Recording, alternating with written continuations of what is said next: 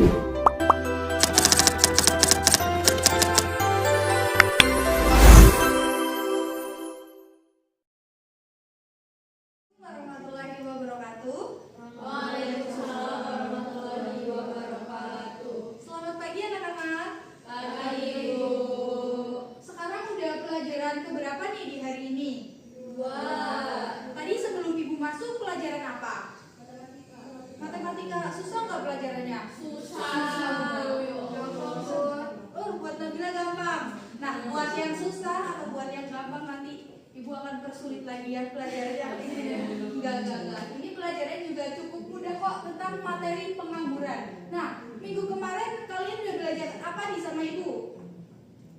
Kebijakan Ekonomi. moneter. Iya, benar. Kebijakan ekonomi nanti bercabang ke kebijakan moneter. Nah, sekarang waktunya ke materi pengangguran. Nah, sebelum masuk ke materinya, sekarang ada baiknya kita berdoa terlebih dahulu ya. Ada yang mau memimpin? Mbak Okta? Oke. Semuanya duduk siap. Berdoa dimulai. Berdoa tidak kenal-kenal. Nah, kemarin kayaknya Mbak Wulan telat nih. Sekarang udah nggak telat? Udah enggak, Bu? Udah nggak. Tidurnya bangunnya nggak kesiangan lagi ya? Udah, Bu. Baik, bagus ya ada peningkatan Mbak Wulan. Nah, sebelumnya ada yang nggak hadir nggak hari ini? Ada, Bu. Siapa tuh? Mila, Meli. Meli. Kenapa Meli? Gak bilang ya? Oke. Ibu absen aja ya. Meli Dwi nggak hadir ya? Aida hadir. Mana? Naswa Lulu hadir. Nabila hadir, Bu. Zainab Hadir, Ibu. Bula Hadir. Nanda Hadir.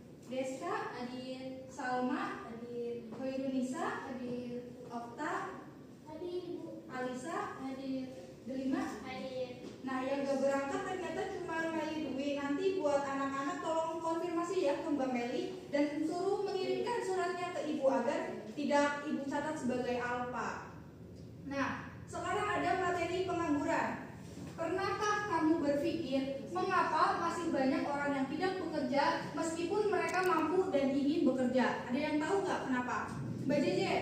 Karena lapangan pekerjaannya mungkin nggak banyak, Ibu. Nah, benar banget ya, karena lapangan kerjanya, permintaan kerja dari perusahaan itu nggak banyak. Jadi banyak orang atau lulusan yang tidak mendapatkan pekerjaannya. Nah, kalau kalian dapat memahami materi kali ini, kalian itu akan paham berbagai jenis pengangguran dan cara mengatasinya.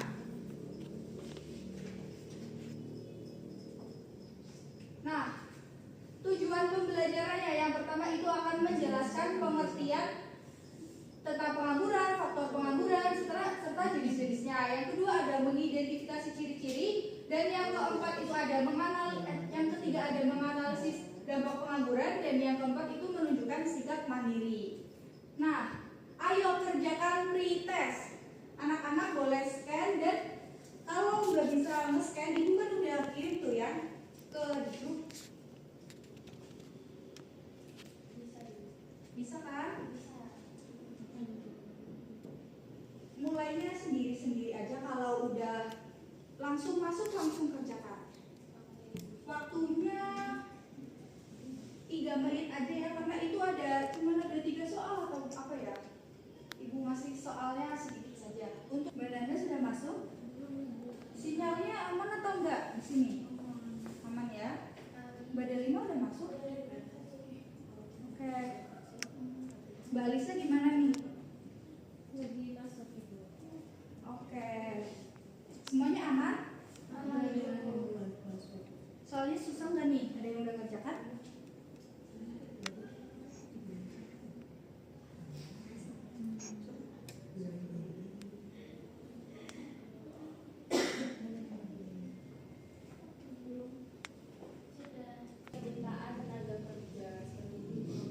Nah, bener ya.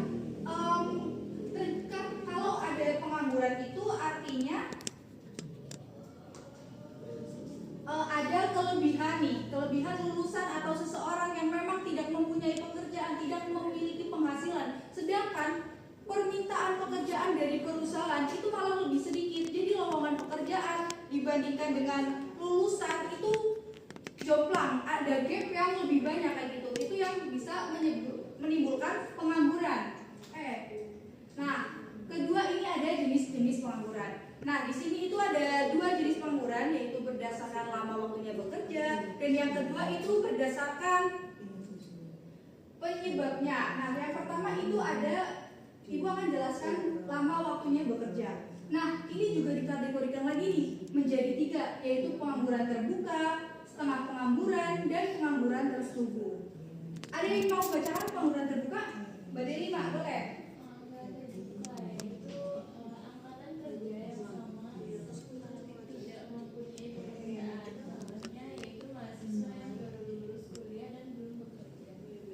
Benar, pengangguran terbuka itu intinya adalah seseorang yang memang nggak punya penghasilan sama sekali ya. Di sini itu ada juga ciri-ciri pengangguran terbuka, yaitu pengangguran yang memang nggak punya pekerjaan sama sekali, sedang tidak membuat bisnis, terus menganggur karena memang dirinya itu nggak mampu untuk bekerja. Itu adalah jenis pengangguran terbuka. Ada juga seseorang yang sudah diterima kerja tapi belum bekerja, itu juga masuk ke pengangguran terbuka. Nah, yang kedua ada setengah pengangguran. Sebelahnya Mbak Deska, boleh baca? Setengah pengangguran adalah rekan kerja yang sudah bekerja namun tidak bekerja secara optimal atau bekerja di bawah jam kerja normal. Nah, jadi misalkan sehari itu biasanya maksimal berapa? 8 jam ya.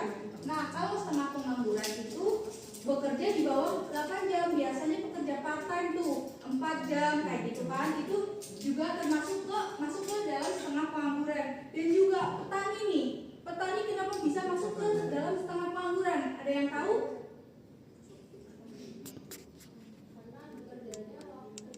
Benar, Mbak Jeje pintar banget, karena nggak selalu ya petani itu nggak setiap hari masuk ke ladang, karena ada waktu-waktu untuk panen kayak gitu. Nah, yang ketiga ada pengangguran terselubung. Mbak Nanda? Adalah angkatan kerja yang sudah bekerja namun tidak bekerja secara optimal karena tidak sesuai latar belakang pendidikan maupun pekerjaan yang tidak sesuai dengan bakat dan kemampuan pekerjaannya. Benar. Terima kasih ya Mbak Nanda, Mbak Jeje sama Mbak Deska sudah membacakan. Kena pengangguran terselubung nih, artinya jurusan yang sudah ditempuh itu belum sesuai dengan pekerjaan yang nantinya mereka dapatkan. Ada yang bisa mencontohkan? Contoh pengangguran terselubung. Jadi boleh? Jadi misalnya tuh dia kuliahnya tuh teknik, tapi ternyata waktu dia bekerja dia jadi seorang manajer apa gitu di perusahaan. Jadi nggak sesuai sama latar belakang. Benar. Terima kasih ya Mbak Okta sudah mencontohkan. Benar banget ya kalau pengangguran terselubung itu memang nggak sejalan sama jalur yang mereka tempuh. Misalkan benar ada engineer lulusan apa teknik elektro, tiba-tiba lulusnya jadi petani, itu kan nggak nyambung ya, nggak nyambung sama pekerjaan sama jurusan yang sudah diambil. Lalu ada pengangguran berdasarkan penyebabnya. Mbak Alisa baca. Pertama, pengangguran struktural itu adalah pengangguran yang disebabkan karena keahlian yang dimiliki oleh tenaga kerja tidak sesuai dengan pekerjaan yang dibutuhkan saat ini. Nah, biasanya kalau saat ini tuh lebih banyak membutuhkan tenaga kerja apa, anak-anak? Engineer ya, banyaknya lagi butuh banget untuk ya pokoknya tentang engineering kayak gitu. Nah, tapi ternyata lulusannya itu tidak bisa mencakupi lapangan kerjanya kayak gitu. Jadi banyak yang menyebabkan adanya pengangguran struktural kayak gitu. Nah, kedua ada pengangguran friksional. Mbak Aida boleh bacakan? Pengangguran friksional bersifat sementara karena pada dasarnya pengangguran ini bukan disebabkan oleh ketidakmampuan memperoleh pekerjaan, melainkan karena adanya keinginan untuk mendapatkan pekerjaan dan gaji yang lebih baik. Benar. Jadi misalkan ada yang udah dapat pekerjaan nih part time, gajinya itu sebulan hanya 1 juta di bawah UMR. Sebenarnya tuh mereka sudah mendapatkan pekerjaan, tapi mereka pengen dapat pekerjaan yang lebih layak. Jadinya itu juga termasuk ke pengangguran friksional. Nah, lalu ada pengangguran siklis. Pengangguran siklis terjadi Nisa? Jadi karena dengan penurunan kegiatan ekonomi ketika permintaan barang dan jasa dalam proses perekonomian itu menurun, hal ini akan memaksa perusahaan untuk memberhentikan pekerja dalam upaya untuk memotong budget. Nah, jadi ini misalkan ada pabrik yang tiba-tiba tutup, tiba-tiba rugi kayak gitu kan. Nah, jadi mau nggak mau pabrik itu harus menutup pabriknya dan memulangkan para pekerjanya, atau enggak emang pabriknya itu lagi down, setengah down, jadi harus memulangkan setengah pekerjanya. Nah, dulu ibu juga waktu kuliah ada pelajaran ekonomi industri ya, kata dosen ibu tuh kalau pabriknya lagi ngedown itu hal yang paling cepat untuk memangkas biaya adalah efisiensi pada pekerjanya. Jadinya itu termasuk masuk ke pengangguran siklis kayak gitu yang sedang dipulangkan, itu masuknya ke pengangguran siklis. Nah, lalu ada upaya mengatasi pengangguran. Kenapa sih meningkatkan investasi itu bisa mengatasi pengangguran? Mbak Wulan, kenapa meningkatkan investasi itu bisa mengatasi pengangguran? Dari investasi kan bisa masuk ya, membuka lapangan pekerjaan. Nah, benar banget ya. Terus pelatihan kerja. Kenapa pelatihan kerja juga salah satu upaya nih untuk mengatasi pengangguran? Mbak Nabila? Pelatihan kerja. Untuk mengatasinya itu perlu diberikan pelatihan yang dibutuhkan masyarakat, sehingga masyarakat itu memberikan atau kualifikasi yang diperlukan di perusahaan. Nah, pelatihan kerja juga dapat meningkatkan kualitas tenaga kerja sehingga bisa bekerja dengan optimal. Benar. Terus program kerja sama luar negeri dan menggalakkan usaha UMKM juga termasuk ke upaya mengatasi pengangguran ya, karena salah satu upaya tersebut juga memberikan lapangan kerja ya bagi masyarakat, sehingga jumlah pengangguran itu bisa berkurang secara nggak secara drastis tapi kayak perlahan-lahan kayak gitu kan. Nah, sampai saat ini, sampai detik ini kalian sudah paham nih tentang pengangguran atau masih ada yang dibingungkan? Sudah paham ya? Atau sudah paham? Nggak ada yang mau ditanyakan? Benar? Nah, kalau gitu masuk ke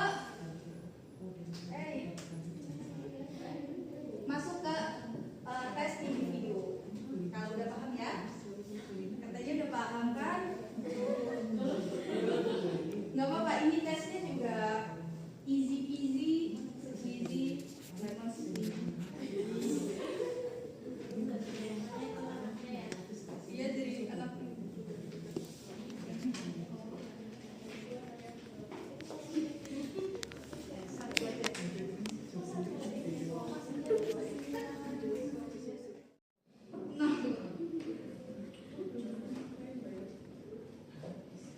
Baca secara teliti soal-soalnya ya anak-anak. Belum.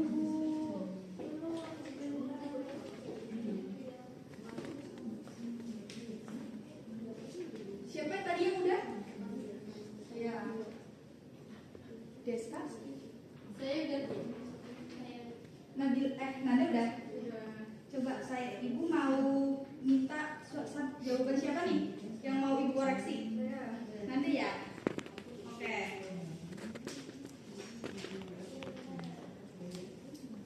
Ayo. Udah? Semuanya udah? Nah, langsung dikoreksi ya. Nah, pertanyaan nomor 1 nih. Ibu Silvi berpindah tempat tinggal dan untuk sementara waktu belum mendapatkan pekerjaan. Jawabannya itu apa? Friksional. Ada yang bisa mendapat kenapa friksional? Ada yang bisa? Benar, sementara waktu. Yang kedua, Bulan baru saja lulus kuliah dan sedang berusaha mendapatkan pekerjaan pertamanya. Apa? Kenapa friksional?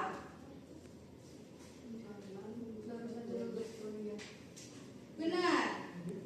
Yang ketiga nih, perusahaan ABC adalah salah satu perusahaan yang terdampak pandemi sehingga beberapa karyawannya di PHK. Jawabannya siklis. Keempat, seorang penjaga gerbang tol menjadi pengangguran karena pekerjaannya digantikan oleh mesin. Apa nih? Struktural. Nah, yang kelima, seseorang yang tidak selesai SMA melamar beberapa pekerjaan namun selalu ditolak akibat tidak memenuhi syarat. Struktural. Benar ya, ini benar semua nih.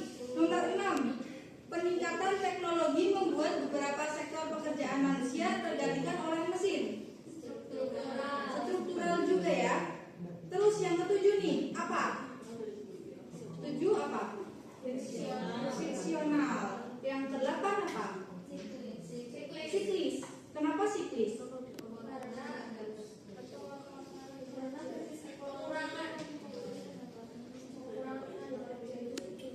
Ya benar ya. Siapa nih yang benar semua? Saya. Berarti kalian benar-benar memahami ya materi kali ini tuh. Tadi ragu-ragu katanya nggak bisa. Ular tangga. Terakhir kalian main ular tangga itu kapan? Tadi malam. Tadi sama siapa? Main game ular tangga. Nih, ibu udah ngeprint ini ya. Ular tangga. Nah, sekarang berkelompok 5 anggota sekarang ada berapa sih siswanya?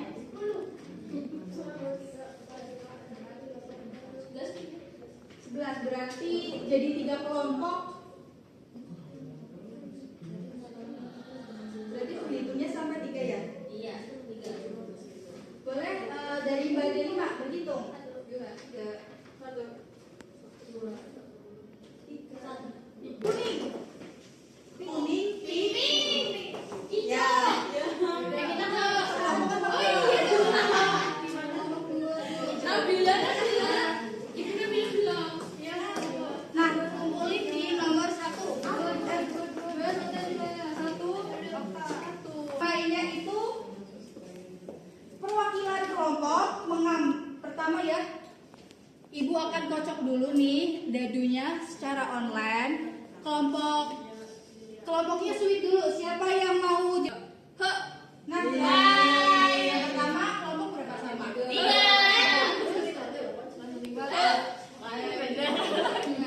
Oke. Nah, terus Mbak Salma boleh berdiri. Selalu kayak gitu. 6. Maju 6. Oh, 1. Nah, 7 berarti kalau yang warna merah itu dapat pertanyaan. Nah, Mbak Salma ngambil pertanyaan. Definisikan pengangguran. Langsung dijawab. Ya, Pengangguran adalah kondisi ketika permintaan pekerjaan oleh perusahaan itu lebih sedikit daripada tersedianya lapangan pekerjaan. benar. Ini nama angkanya berapa? 4. Maju 4. 1, 2, 3, 4. Nah, terus kelompok yang kedua siapa gilirannya? Saya Deska, boleh maju Deska.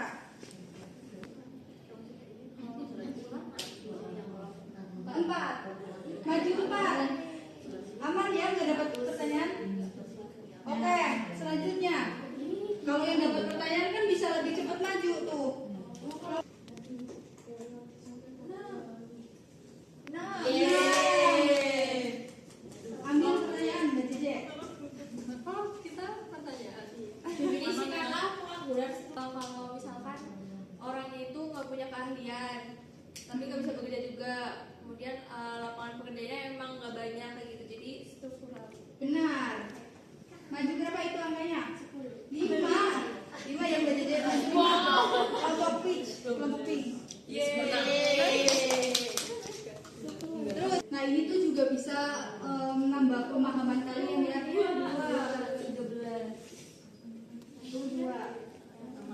Nggak dapat. Selain ya, nomor 2.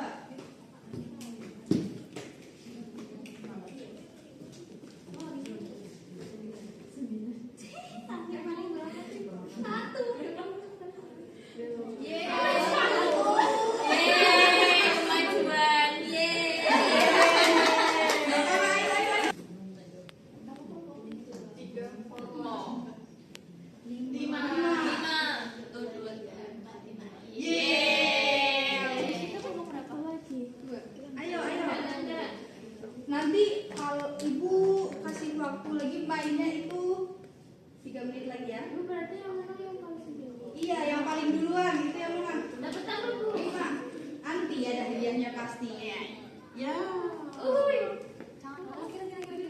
Siapa? Dua. Tiga lagi. Biar ada pertanyaan 5. Ya. Harusnya ibu merahin semua. Oh iya. 1, 2, 3, 20. Yeay. Sudah? Yang belum.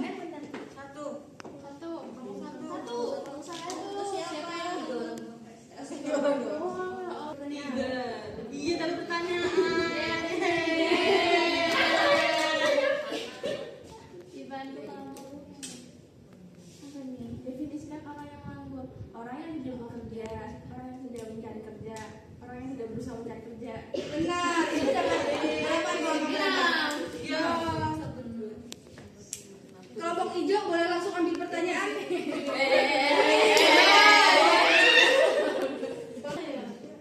Definisikan angkatan kerja. Angkatan kerja itu angkatan yang masa produktif seperti umur 20 lebih sampai 50. Benar. Yeay. Ya, siap. Definisikan tingkat pengangguran. Jadi tingkat pengangguran itu adalah suatu tingkatan bentuk angka yang mendefinisikan jumlah pengangguran. Benar. Oke, berapa itu angkanya? 6. Wih. Good job. Sama. Sweet ya? Satu lagi nggak sih? Pelajaran hari ini itu apa? Pengangguran. Pengangguran itu apa?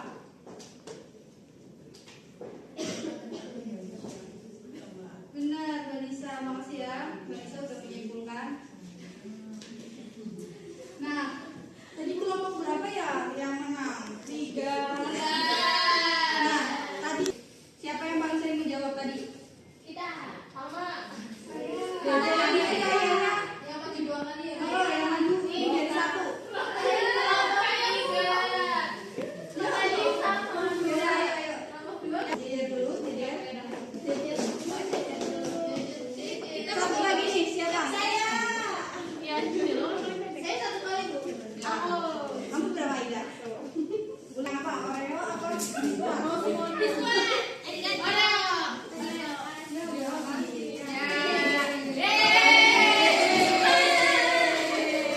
Jejeran siswa ya, Pak. Jejeran siswa ya. Oke, boleh duduk ya, anak-anak. Sebelum Ibu tutup pembelajarannya, ada baiknya kita berdoa terlebih